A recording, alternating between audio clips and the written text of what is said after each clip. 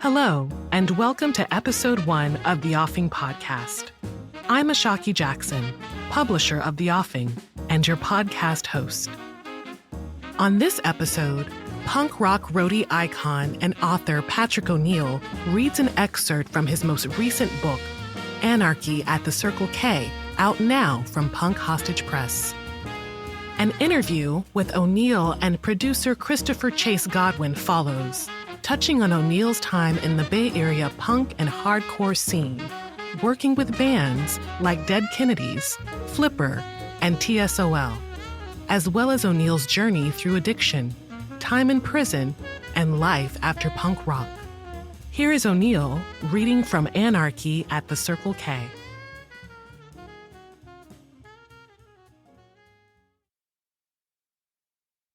Change Today, 1984, TSOL. That'll need stitches. The nurse is staring at the deep cut in my hand as a rivulet of blood runs down my bare arm and drips onto the linoleum floor. We're in the emergency room, which looks like every other emergency room in America, but this is Denver and some skinhead just sliced me with a razor. After wrapping my hand with a large temporary dressing to stop the blood flow, the nurse reaches over and turns my head. "Let me see your face." She wants to examine my black eye, only that's not why I'm here. The cut is a lot more urgent, or at least it is to me because I can't stop the bleeding. "Don't worry about it. That's from last night. Fix this instead." I hold up my bandaged hand to ward her off so she'll stop touching me. I'm embarrassed enough about the shiner. Last night in Salt Lake City, 2 jocks jumped me in the back stairwell of the Indian Center. I was trying to stop a fight between a little punk girl and some large dude that must have been their friend. When he swung at the girl, I grabbed his arm, and then all I remember is being slammed backwards into the concrete wall and getting repeatedly punched in the face. I was going down, sliding to the floor, almost unconscious. I kicked out as hard as I could, my steel-toed boot connecting with the knee, and he backed off. Last night, a doctor is now standing next to the nurse. They're both looking at me as if I'm some undiscovered species. "You get in a lot of fights?" How do I answer that? I work on stage during the show when the band plays. It's punk. The audience continually assaults the stage for a few minutes of hang time. When they don't get off or crash into the gear and knocking shit over, I throw them back into the crowd. Some don't go willingly. Punches are thrown. Is that really a fight? I'm on tour. Shit like this happens. This tour isn't going well for me. We played Seattle a few nights ago. My leather jacket was stolen. It's fall in the Northwest and I'm freezing. Then we hit Salt Lake and I get the shit kicked out of me. Thankfully, nothing happened in Eugene or Reno, but I'm worried the band is thinking I'm a liability. Their manager, Mike Vraney, is eyeing me like I had the dark cloud of doom hanging over me. He's bad juju, man. Tonight we're playing Denver, and there's a ton of skins in the audience. I'm no stranger to dealing with skinheads, working stage and security at the MAB and the on Broadway in San Francisco. I'm constantly getting into altercations, especially with skinheads and their perchance for violence and rack pack mentality. There's also a conflict with our political beliefs. I don't fucking like racist Nazis. A group of skinheads at the front of the stage keeps fucking with the mic stand. Every time Ron steps up to sing, they shove it and the mic smashes him in the mouth. They laugh when they do that and they're pissing me off. I leap into the audience to push a large skinhead back away from the stage, and then after being elbowed and kicked by the others, I hit him in the head. A short, stocky skinhead in a spiky leather lunges at me from the stage. I shove him out of the way as they all oddly keep their distance. Back on stage, I right the mic stand, but there's blood everywhere. It's splattered on my boots and all over the stage. I check my arms and hands, and there's a long, thin slice from my thumb to my wrist, with blood spurting out at a scary rate. The skinheads are laughing. The short, stocky one smiles and waves. I find the promoter. He grabs one of his guys. "Drive this dude to the emergency room now." And we're pushing through the crowd. I run to Jello Biafra. The expression on his face confirms I look like a fucking mess. "You okay?" he asks, eyeing my bloody hand and black eye. "Want me to take you to the hospital?" "Nah, I got this." So what's being on tour mean? The doctor has cleaned the blood off my hand and scrubbed the cut for possible foreign objects. With a looping movement, he uses a circular needle and begins stitching the wound closed. Every night the band plays a different city. I drive, I load gear, I work the stage. Sometimes there's a fight. "And you get paid to do that?" "Yeah." "Maybe you should find another line of work." That is a reaction a lot of people have outside the punk scene. They don't really understand punk, and they definitely don't get touring. They either think I'm driving around the country for free, or I'm an irresponsible drug addict who's found a way of avoiding getting a real job and won't grow up. Although both these statements may be true to an extent, especially the working for free comment, what they really don't understand is this isn't just a job. It's also my life and identity. I'm not punk for the day. I don't buy my band t-shirts already torn and cut up at the mall. In fact, I hardly ever wear band t-shirts, especially not the bands I work for, but that's beside the point. A friend from art school asked me if I like punk, and the reality is that I never even thought about it. It's just what I do. It's about finding your tribe, and I had finally found mine. The doctor is done sewing me up. It's going to be stiff for a few days. Try to use your hand. Don't lift anything heavy. In 2 weeks, come back. Get the stitches taken out. What about the pain? The doctor squints over his glasses. I'm not comfortable giving you pain medication. I'm not comfortable being in pain. A few minutes of hand-wringing, and the doctor writes a prescription for codeine, which is the equivalent of throwing a shot glass of water at a raging house fire. I'm strung out on heroin. I got better drugs in the van. I don't even bother to fill the prescription in the pharmacy before leaving the hospital. The promoter's guy is waiting for me outside the ER. I light a cigarette and tell him I want to go back to the show. My overly bandaged hand looks worse than it actually is. Damn, dude, you look like a warrior, man. Shut the fuck up. Hi, Patrick. Thanks for taking some time to discuss your book, Anarchy at the Circle K. I really enjoyed it, and I'm really glad to talk to you. Thanks, Chris. It's an honor to be here. So I want to ask a little bit about your background, because your background is how you got to writing this book is maybe different than some other authors. So how did you end up writing this book? Tell me a little bit about your background. Well, I was a visual artist for growing up. I was a visual artist. I was 17, 18 years old, was drawing, doing comics, and it parlayed my way into art school. And my comics started moving, and I got into motion, and I got into animation, and I got into film, and I graduated with a degree in film. But while I was at the Art Institute, two things happened. One was punk rock, and one was heroin, and I sort of took a trajectory off to the left there, and or right, whatever it is, and ended up involved in the punk rock music scene, and with a full-on heroin habit, and that projected further to no music scene and just a heroin habit, which evolved into me committing some crimes, and then I was incarcerated. And while I was incarcerated, I got involved with writing, and that was the first time I started writing. I see. So that's when writing became, and that was an outlet for you, or just a way to pass time, or a way to tell a story, or start to process? Where I was in county jail in San Francisco, they had adult education classes. And so I went to one, and it was a creative writing class. And I really liked the woman. She was this crazy poet woman, and she just write whatever you want about it. And I never really wrote. I'm dyslexic. I transpose words and letters, but I didn't have a creative expression in jail. It wasn't like I go do animation. It wasn't like I could do music, right. And it was the animation studios are not ideal in jail, I've heard. Right. Yeah. And so I got into writing, and it just, and here's the payoff. I was able to write a piece about some people I lived with out in the street and the crimes we committed and things like that. But when I brought it back to the group the next week, I got a really good reception out of it. And so it was comedy, ego boost. It was also kind of, this is, because face it, whether it's music or art or whatever we're doing, we're always storytelling. And this was just another extension of me storytelling. And so it was interesting, and I really liked it. And so I kept going with it. And then when I was finally convicted and went to prison, I found a real writers group there. Like these guys were really serious. A lot of them were doing the rest of their life there and stuff, and doing life sentences. And I went in and started working with them. And then I started thinking myself as a writer. I got out on parole, and I sort of still messed around with it. It was in the early days of blogs, and I got a blog and put it out there and got a little following. Yeah. And then eventually, I decided I really wanted to be a better writer.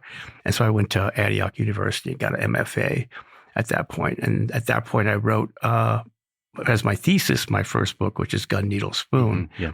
And then this book came along many years later. Yeah. What was the gap?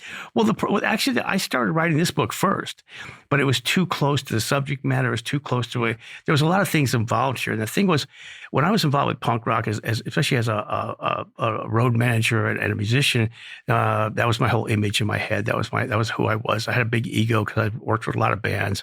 I had a big ego because I was a drug addict. I don't know. I had a big ego, and being a junkie and a punk rocker sort of like was who I thought I was. And so I just sort of, it just was the hardest book to write. It was just really what I tried a bunch of times. It was the first book I thought I'd write.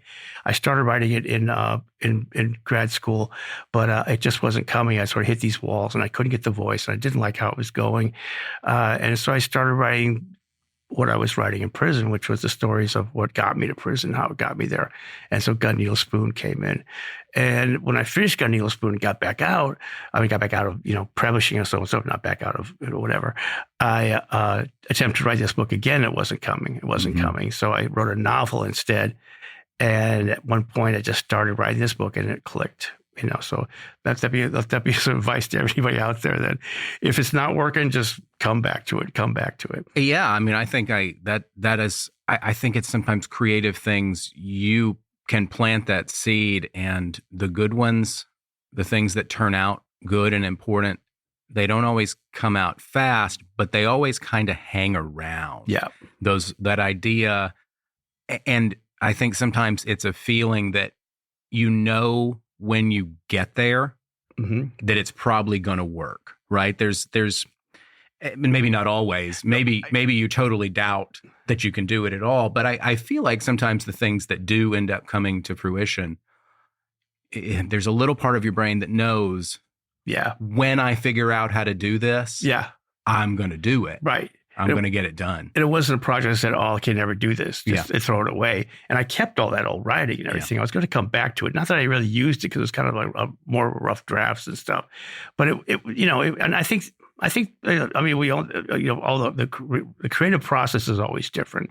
We're always going to sort of stumble over things, actually I'm stumble over even saying it because it's just so different from each book I've done. Somebody open up the books and just start looking. When I wrote the novel, it just flowed. I don't know why. I've never written a novel before, but the other books have just had their ups and downs and backs and forths. And this one was difficult. It really was. Yeah. So it's actually also just a note. It's when the drugs were working. It's actually when I mean that like it was before it got really bad. Right. And it was the first few years of drug addiction. And so it's almost like this sounds weird. This is the love letter to using, whereas Gun Needle Spoon was definitely not the love letter to using. Yeah, right. That's definitely a little darker. Yeah. And it's a different feel. Yeah, no, I kind of understand what you mean with that. Okay, so just to go back a little bit, you're a roadie. Your first gig is Dead Kennedys, right?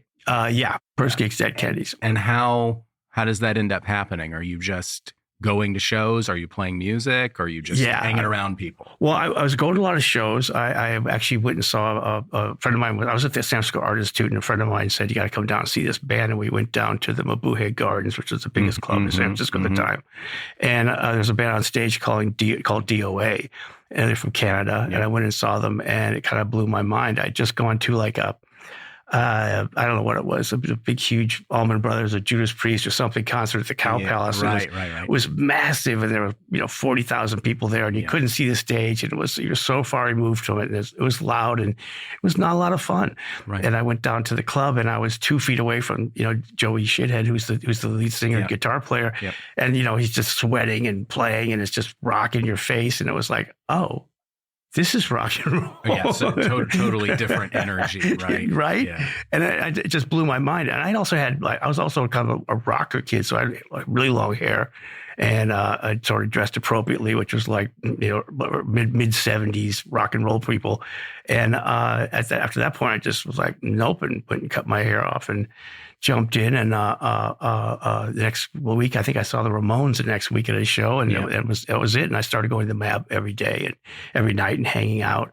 And got to know a bunch of people down there. Yeah. And one of them I befriended was Chris Grayson, who was the sound man for the Mabuhay Gardens and a bunch of other bands there. And I just sort of started working the club because I was there every night. The promoter like Dirk Dirksen was like, just, can you work here instead of just drinking for free and hanging out? Yeah, no, I know. I've been around enough clubs. Yeah, you just hang out. And which was good, and then eventually got offered tours. I did small local shows, and then eventually went on tours, mostly North America. Mm-hmm. Mm-hmm. And so I think you mentioned by the time you were doing that first Dead Kennedys gig, you were already an addict. Oh yeah, yeah. Okay, yeah. So it didn't come from road life or anything like that. It was already going. It wasn't recreational at that point. No, it was pretty much a habit at that point. Yeah. But I mean, I was, but like just to clarify something, I would get the itinerary for a tour, and it would be 4 shows in a row that had 500, 600 miles between each show. And you look at those things and you go, well, how do you expect someone to get there without being totally loaded on drugs, driving all night? Mm-hmm. So that was sort of part of the par for the course. And I kind of want to talk specifically about some of that music. And so where was that band, the Dead Kennedys, where were they in their career? That would have been what, second record? Yeah. I think so. That's a couple years past like Holiday in Cambodia, which maybe is the song that anybody listening knows if they don't know Dead Kennedys, right? Right. So I think that would have been like second, because it was 83. Yeah. So it was 83. Yeah. So that was their second record. They were just making it to like a bigger scene. They were like one of the bigger hardcore bands in America right at that point, but they hadn't made it to like really stardom. But it was the kind of thing where you go to a club that holds 800 people and there'd be 1,000 people outside that couldn't get in. And then they graduated up to 3,000 seat clubs, and there would be 2,000 people out front, and it just kept going and going, which is a good thing. But then they were having issues because as punk rock, you're not supposed to make any money. So. Right. Well, and so I guess it's an interesting thing for me to ask about, because that era kind of seems a little bit like some sort of hallowed ground for punk rock. If you know this music at all, if you weren't there, probably different for you being there. But if you weren't there, you kind of back at it with a little bit of a Vaseline on the lens kind of thing, because it seems like a special time for that music. Did it feel like? But I think we can look at it and go, some really great music came out. Yeah, I think it was a special time. Yeah, did it feel that way at the time, or was it just sometimes? And sometimes it just felt like a job. Yeah, But yeah, I mean, there were times at some shows when everything was just incredible, and bands were playing, and you just go, okay, this is something. But the whole thing is, I mean, I was always felt, as soon as I sort of got into punk rock and got into it, I had found my tribe, and I was in this thing that was happening, and it felt like it was we could have changed things. It kind of felt like that kind of movement, because we were all political at that time, and really quite, especially the Kennedys and a couple of other bands were quite avid about their politics. And one of the things we did was we played a bunch of we called them Turd Town tours, because like really hole in the wall towns, and we'd go pull in there and play at some VFW hall or something like that. And 3,000 kids would show up out of nowhere, I'd go to these places and go, no one's coming to this show. There's going to be 12 people here tonight. Why am I moving all of this gear? Right. Yeah. We're in Morristown, Pennsylvania. No one is coming, and then these kids would show up, and it was kind of amazing that we could, that there was that much draw and that much message. And so that really felt like there was something happening, it really did. It was interesting to see other bands and see all the, like, sort of, because of the Kennedys, because of other bands, the ones that were coming up in different cities and different scenes, and then different scenes in each town was different and weird. So it's interesting. Sure. Yeah. Well, and that leads me to another question is, I was thinking about the Dead Kennedys and Alternative Tentacles, and how much of the political stuff was part of your life. I know it's obviously really ingrained about what we know about the band, and to a certain degree, the whole scene. Was that something you were thinking about? Was it something where you're on board? This is a thing you're buying into, or was it peripheral? And I'm really only asking for you, Okay, I got it. Well, I grew up in a really liberal household. My dad was a Marxist, and he was anti-war. And so I was always ingrained with the real left leaning and pretty, and, as compared to today's politics, very radical left leaning. Right. Nixon's very left radical leaning compared to today's politics. Right. So that was, so that another reason why I identified with those bands. And remember it's the Reagan era. So it was pretty tough, and it was really a lot going on, and a lot of extra police measures and things happening, which was sort of new and not new. And yeah, so they were my politics, but I will totally admit, being a drug addict, that was never foremost on my mind. I just fully agreed and felt, I felt I really felt that identity to be with that, because I'm sure it wasn't going to be with a band like Screwdriver, who was, skinhead racist. Yeah, it wasn't going to happen, Right. Yeah, I know. I think in the book you make that quite clear that you're not hanging out with the skinheads of the time. Yeah. Yeah.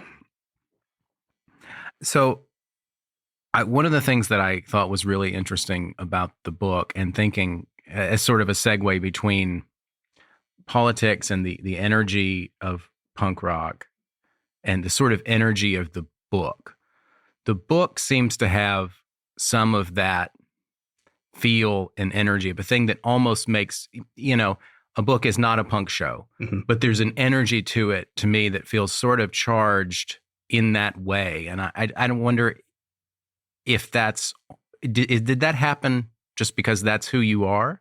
Or did you want to build that sort of pace into the storytelling to kind of, this is what it was like? Or maybe I'm just reading too much into it. I'm really pleased you say that, because that's fully my intention. Okay. I want it to be hectic. I want it to be fast paced. I want to be in your face, and which was punk rock. And I wanted it just like that.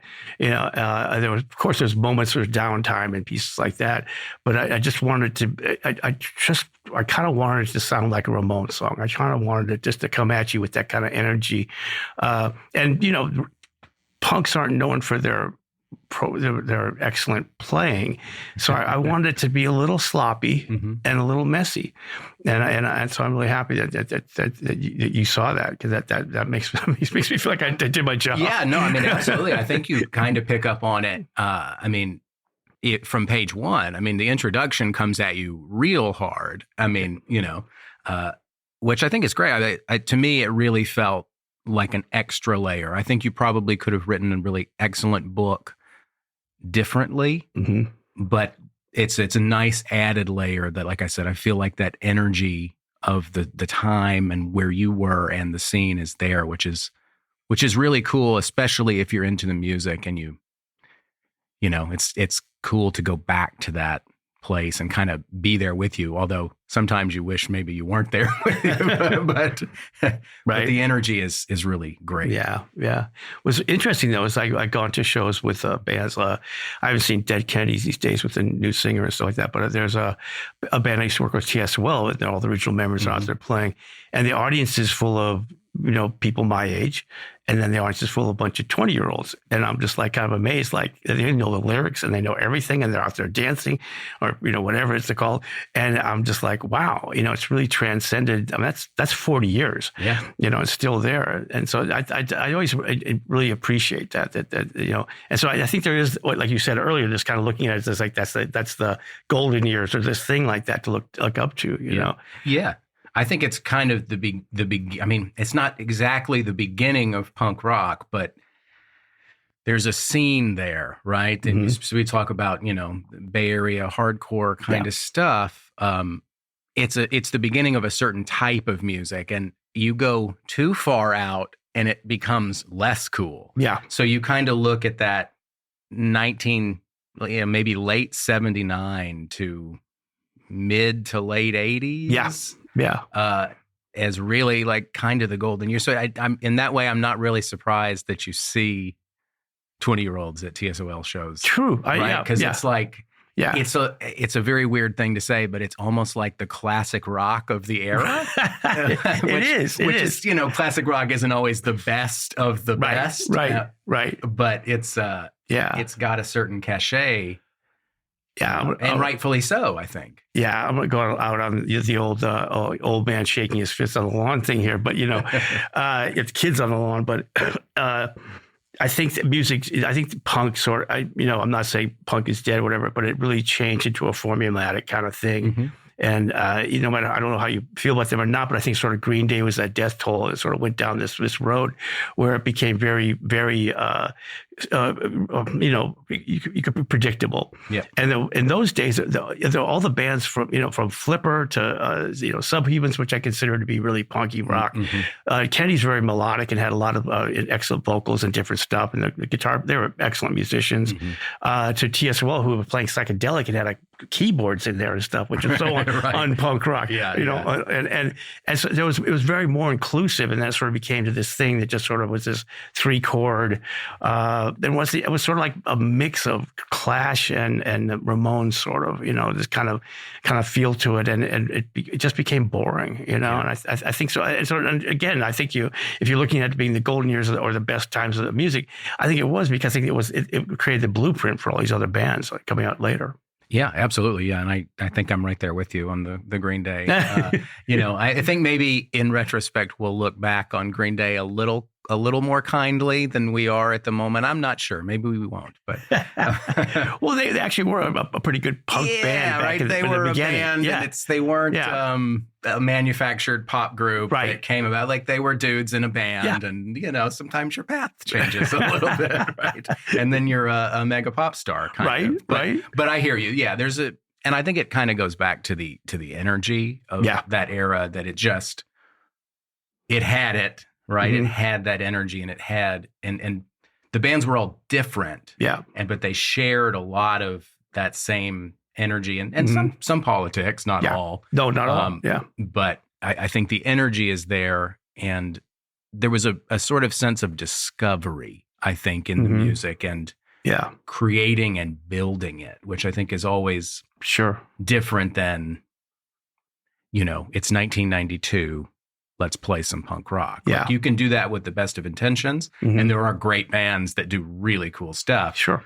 But they're not necessarily doing Clash songs. Right. Which they probably shouldn't be. Yeah. Yeah. So, okay, staying on the music, are there shows that really stand out to you when you close your eyes and think about special shows? And I hear stories like I've heard a variety of firsthand accounts of like early Butthole Surfers shows where they're just, whether they were always the best or they were just wild, right, is a different story. Right. But is there stuff that stands out to you that? Yeah, there was this is 84. There was a 2 nights a show at the World's End Theater in the Bowery, and first night was Kenny's headline, but I can't remember who it was opening up, but a whole bunch of bands. It was pretty big, and the Butthole Surfers were right before the Kennedys. They destroyed the stage. It was amazing. Yeah, and it was just one of those total Butthole Surfer shows with the weird films behind them. Gibby on fire and all this stuff happening. It was just sort of like, I think I just stayed there just with my mouth open. Who gave me the acid? I mean, like, oh my God! Because I saw them early on in their career, because they were sort of open for the Kennedys a lot, but it has evolved over like 3 or 4 years to this, and it was just like, oh my God, what is this? This is which is so inclusive of punk, because I don't even consider them to be even punk. They're like post punk or something. That's what they sort of are, But they were like the audience was eating it up. It was pretty amazing, And the Kennedys were just I could be jaded because I saw them for 6 years every night, pretty much. And I'm like, oh, whatever. But when you play with somebody like that, you play with somebody that just plays a show that is just unbelievable. You got to come out. You got to come out with it. If you're the headliner, you got to come out with it. And they were just unbelievable, like unbelievable that night. It was like really good. Oh, cool. And and like Ray and Klaus, or Klaus and DH, had this thing they could just switch. And they do this thing where they just switch up to a jazz beat and do this other stuff on a dime. And it was pretty amazing. It was just pretty amazing. I think. I mean, you don't always think of punk rock, especially from that area, as people with a lot of chops. But I think they had some. Yeah, definitely. It was sort of a different different thing for a couple of those guys. Right. Yeah. Well, I mean, Klaus was a trained musician before he ever got there, and he really knew his stuff. And Darren was a natural. It's an amazing drummer and stuff. But another good show I saw was in Atlanta, and I was on tour with Flipper for like a 2.5-month grueling tour with them. It was really rough. And Flipper's the kind of band that, you're going to get a good show or you're not going to get a good show. Sometimes they'll just be horrible, depending on how many drugs they have or what's going on with them. If they're drunk, if they're not, and on tour, it's really hit or miss. But, when you see them at a club, you're not seeing them every night. So I was seeing them every night, and they were putting on some pretty bad shows. So I can safely say that. And in Atlanta, they went in and played an all-ages show and then a adult show afterwards. And both sets were as best as I've ever seen them in my life. I mean, you talk about witnessing history. I was like looking at the guy at the soundboard, the sound man, and I was like, I realized like he doesn't know this is like the best show they've ever done. Yeah. And I was just like, oh my God, it was unbelievable. And it was sort of, I couldn't even tell you why it was so good. It was just, there was just the flow to the energy to it and the crowd and the beauty of it. And usually they're messing around playing stupid songs and trying to annoy the audience is what they're really trying to do. But there was none of that. They were just like, they were all on top of their music together, and it was pretty amazing. And so that's a show that I will always think about. And that's a perfect segue, because I think that's the 84-85 Flipper tour, right? Yeah, yep. So I that struck me in the book, and I want to ask you specifically about that tour. It seems like you were having a bad time on that tour. There are times where you're having a bad time on other tours. That 84-85 Flipper tour seems like the time you're ready to quit, like every day. Is that right? That seems like a really rough tour. It was rough. It was really rough. I almost sort of knew it from the beginning. As soon as I got into it, like, what am I doing? It was me and Flipper. There was no roadie. There was nobody else. There was, and I'll give Flipper credit. They carry their own gear. They do all this stuff, and it's not to save money. That's who they are. They set up their own stuff. They do everything. But there's also a problem with the drugs being used. Like, there's half of them were using opiates, other half was using methamphetamine, and so there was a whole cleanse, there. And then there was a lot of egos. It's a band had 2 lead singers that switched off bass and singing. So, and they only sang their songs. Sure. And so there's a problem there. And also, they do good, but they can't sustain 2.5 months. And we just weren't getting the money. And so a lot of times we were just like getting gas money to get to the next place. And, then they get mad because I'm getting paid because that's my job, Yeah. And then we did a hiatus in New York City for over the holidays, and that was 3 weeks off in the middle of the tour that we did a couple of shows, and that just ate away our pocketbook too. So it was rough. It was really rough, and I had a really, really hard time with all of them. Yeah, it sounds like there were some interpersonal issues going on for sure. In that, and I love those guys. Will was one of my best friends, and everything. But when you're also in a van together. Yeah. For 12 hours a day, and you just want to kill people. It's hard to do that with people you really, really love. Exactly. Yeah. Well, so that sort of opens up a broader question I have about the book. There are some funny moments in the book, though there's always sort of the addiction looming a kind of around the corner. But there are some funny things, like I'm thinking of, I think it was maybe in Missouri, and I'm not sure if it was this Flipper tour or somewhere else, but you're waiting on a van to get repaired, right? Oh, that was with TSOL in Arkansas. Okay, I was in Arkansas. Yeah. And you're stuck there for 2 or 3 days with somebody else from the band. Like the other guys have gone elsewhere, indeterminate location. And you're just hanging out, like walking back and forth to the liquor store, buying beer and cigarettes, and just kind of waiting on some backwoods mechanic to maybe try to fix the van, right? Pretty much. But so what that makes me wonder is, when you look back, is that stuff fun? And the broader question is, how much fun did you have? Do you know what I mean? Were you having fun? And when you look back, or is that a fun moment? Do you look back at that fondly in one of those ways that No. No. Okay. I mean, one of the main reasons I want to put that scene in, other than it was a huge, just unbelievable time. I know 3 days, it felt like a year. You're like sleeping outside at this gas station, basically, right? It was bad. The band was gone. The van was sitting there. This guy could barely put the truck together. We had nowhere else to go, and there was no other mechanic in town. So it was a mess. And I want to include that scene one because I wanted anybody that thinks the road is glamorous. That is what the road really is. Because when you break down, you break down. But I had a lot. I mean, the best part about it being out, especially for a drug addict and someone that was, relationship challenged and things like that, was that I was constantly on the road, and I could just run away from my problems. And I was in a hotel and they clean up my mess, and I was in a restaurant and they take away my dishes. I was never had to do anything but make the show happen. And there's a beauty to making a show happen every night.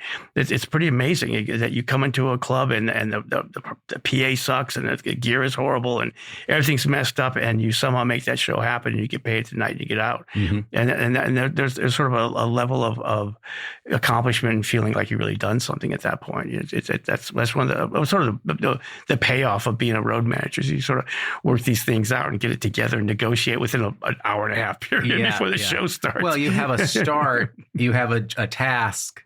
And then you have completed the task. Yeah. Then you have the next task. Yeah. In that way, it's a very sort of ordered lifestyle, even through the chaos, right? Yeah. It's you have a task, you have a mark to hit. Yeah. You got to hit it. You get the show on. You get to the next show. You get the show on. Right. Right. So there's something interesting there. Did that work for you as an addict? Did that keep you? Did that prolong addiction for you, do you think? Or do you think? I don't even think I even thought about it. Yeah. I think it was just sort of the lifestyle I'd picked at that time. Mm-hmm. Everybody else was doing drugs. Yeah. It just sort of seemed what it was. I'd picked a drug that was probably not conducive to going on the road because you go through withdrawals if you don't get it, like that. So, it was, aside from a few moments of, trying to score heroin in a biker bar in Norman, Oklahoma or something like that, it was fairly easy. It was fairly pretty easy to just go around. Plus, to say lightly, I was a rock star. I was like, there was women, there was bars, there was booze, there was mm-hmm. restaurant comps, there was this and that. You get treated very well, and so. There was a lot of ego boosting things going on, which made it fun. Even though at this moment I'm trying to figure out what's so fun about it. Well, it is, and it's something that I thought about in the reading of the book as trying to figure out at certain times whether you were having fun in these stories. I was trying to sort of pull that out, and I wanted to ask you about that. Yeah. But it also there's also sort of this. At least I think this is what I'm getting from the book. Maybe your mentality a little bit at the time was sort of this punk rock warrior almost, right? This is the guy I am. Yeah. So I'm going to be this guy. Yeah. And sometimes that can go against having a good time and doing productive good things for yourself. Sometimes that defined mentality of who you are. Do you think that kept you on the road longer? This is, I was probably afraid to stop. Yeah. What was I going to do? Mm-hmm. What was happening? One of the reasons I got into working with bands is because my band wasn't going to make it. It was horrible. We were definitely not going to make it, and this gave me a piece to really see what being on the road was with a real band. And one thing with bands like the Kennedys and TSOL, they were really, you're part of the crew, you're part of the band, you're part of the whole thing. That we were I don't want to use the word family, but yeah, close to that. And so it was a shared experience that was happening all the time, which of course, made my ego huge and everything like that. But it was like you said, the golden years, I was experiencing it in person, mm-hmm. at time in live, and so it was and real close, on the stage half the time. Yeah. And if, a new band would show up, and I'd know about them before anybody else because I saw them in whatever town they came from. Sure. And it was kind of interesting, kind of cool. Yeah, absolutely. Yeah. So in the book, you tell some stories that maybe other people wouldn't tell. It's a very sort of, warts and all memoir, right? We talked a little bit about you starting to write in jail, but was writing this book specifically at all therapeutic to you? Was it more painful? Was it just a combination of everything? Well, unlike Gunny Little Spoon, where those memories haunt me, like really haunt me, because there's a lot of violence, there's a lot of hardcore action. These memories don't haunt me, except for that I shoulda, coulda, woulda type things. Mm-hmm. But I mean, I find all writing cathartic. I mean, just getting it out and getting it done. There's some embarrassing moments that I wrote about and put out very publicly to a lot of people, and so that doesn't really hold sway with me anymore. Like it's really hard to be embarrassed about it when if the world knows, And so yeah. But I also sort of put to bed a bunch of. I have some resentments and maybe anger or ill will towards a few of the musicians and people in bands, and I was able to write it in a way that a lot of people have told me was very generous. Mm-hmm. I was not writing a tell-all about how bad these people were. I maybe showed it in their actions once in a while, but I came to grips with a lot of it, which was good. I was really good. And it was also really good just to chronicle what it was and really look at what it actually was, because I can change it to a whole different thing in my head if I want to think about it, how glamorous it was and amazing, not just some truck stop food and, another Thanksgiving on a frozen eating burrito in Omaha. Exactly. What a life. See the world. Yeah, see the world from the back of a 74 Econoline van. Right? Yeah. So how long, if I can ask, I know you talk about your sobriety pretty regularly. How long have you been sober now? I got 22 years as of January 8th. Congratulations. Yeah, thanks. Congratulations. And how is life now? Life is good. Yeah. Life is really good. I mean, it's like we were talking earlier. It's like there's ups and downs, like everything like that. And to me, expect there isn't is crazy. Now, is this the ideal life I thought I was going to have back then? Yeah. No, it's nothing. It doesn't even look anything like it. Mm-hmm. But it's also I'm not strung out. I'm not living in chaos all the time. I'm in a good partnership and I'm writing books and I'm teaching school and I'm counselor, drug addict for drug addicts and alcoholics, and I do all these things that I feel are needed and good for the earth. I don't know if my books are needed and good for the earth. Well, that's a much broader question than we can maybe get into today about whether any art, where the line is for what's good for the planet. As far as any art, right? Exactly. Okay, so I got two more music questions for you. Okay. What are you listening to now? Wow. Okay. It's weird because and this sounds probably bad. I probably don't listen to a lot of punk rock these days.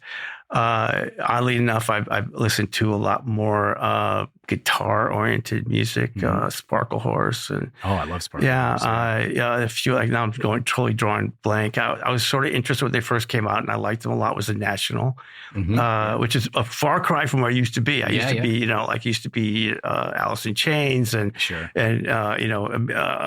Ministry and that kind of stuff, and which I still has a place for, and I still listen to like that. I used to listen to a lot of rap. I used to listen to a lot of rap back in the day. 80s rap, man. Yeah. Not this new stuff. No, I'm just kidding. Which old man yelling at cloud again. Right. That's not rap. That's mumbling. And so I'm also like more open to a lot of other stuff. And God, I wish I could remember the band from Iceland, but. I really see. I think I was more closed down to music in those days, and I only sort of listened to what I thought was I should be listening to. And now I hear something and go, "Wow, what's that? Let me hear that." And so I like do a lot of things where I just put I'm sorry to admit this, I put it on Spotify and put it on because Spotify's the devil. But anyway, I just put it on shuffle and just go through and hear stuff. Well, it's like a radio station, right? I mean, it's what a radio station that was well curated back in the day, like a great college station would have been at the time. You turn it on, you go, that's okay, and you hear a thing, what's that? I got to hear the rest of that record. But the main band I listen to a lot of is Brian Jonestown Massacre.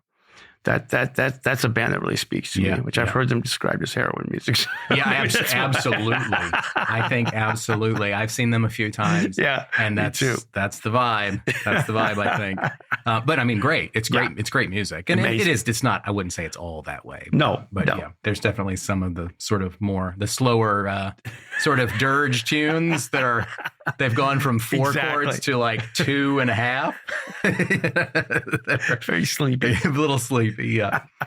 Okay. And so rewinding the clock back on the music, if you were going to give people a list of a couple of records to listen to from sort of that golden era, what would you tell people if we had a 21-year-old sitting on the other side of this table from us? And they said, what should I listen to? I've never really heard this music. Yeah. Well, I would get Flipper's Generic for one. That's one for sure. I would also get the PIL, the film canister one. That's a pretty amazing band, which is another whole level of sound that came out of there. For hardcore, I'd listen to the first DOA album. I forget what the name of the title of that was. Maybe it was just DOA. I forget.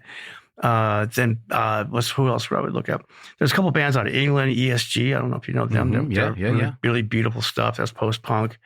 Let's see who else in the era of that time. Say, I mean, again, I love punk rock. I love the music that's there. I just tend to like a more melodic sound to me. Yeah. And it doesn't have to be, heavy. It doesn't have to be metal. I think Ministry's Mind is a Terrible Thing to Taste. It's one of the best industrial albums out there. It's pretty amazing. Yeah.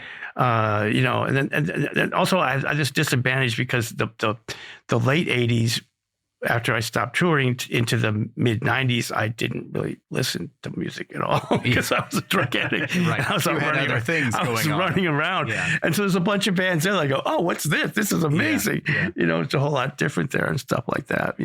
I would listen to Kennedys if you'd never heard Kennedys before, because they really have a place. And I would listen to Black Flag. Sure, I think that, and even though I'm not a huge fan of them, they have a definite place and thing. There's another band out of Nevada that was also Los Angeles called MIA. They were a really good band. They really had a great sound to them. And I don't know. And if you listen to the Dolls, listen to Iggy, listen to the Furs and all that stuff. Sure. And there's another post-punk band I really like, which is a little hard to admit sometimes, which is the Psychedelic Furs. I love them. I don't think that's hard to admit. Take the punk rock badge off. You can like the Psychedelic Furs, right? I think that's okay. Yeah. That's a good list. That's a good starting point, I think, for people. And I think it's interesting, a lot of those, not all of those I wouldn't define this way, but especially the newer stuff like Sparkle Horse, which unfortunately is not that new anymore because Mark is not with us anymore. Right. But a lot of that stuff is really storytelling based. I mean, the National is, take the lyrics out of the National and I'm going home. Right. That's what it's there for. I mean, those guys are great musicians too, but those are story songs. Absolutely. And, that's a really interesting thread that seems to sort of run through a lot of what you're interested in and interested in doing is how does this tell a story, which is great. Great. Yeah. Well, Patrick, thank you. Thank you for chatting with me today. It's been great, actually. It's been really good talk. Thanks, man. Thanks for having me. Thank you.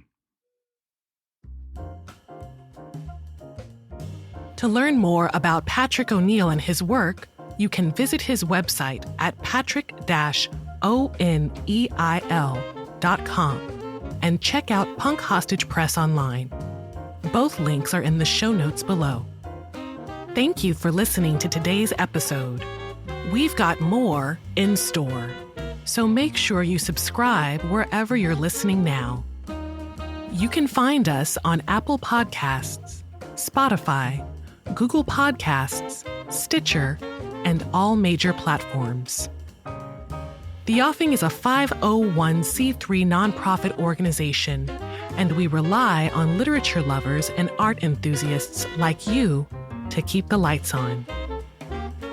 Support The Offing and this podcast by subscribing to our Patreon.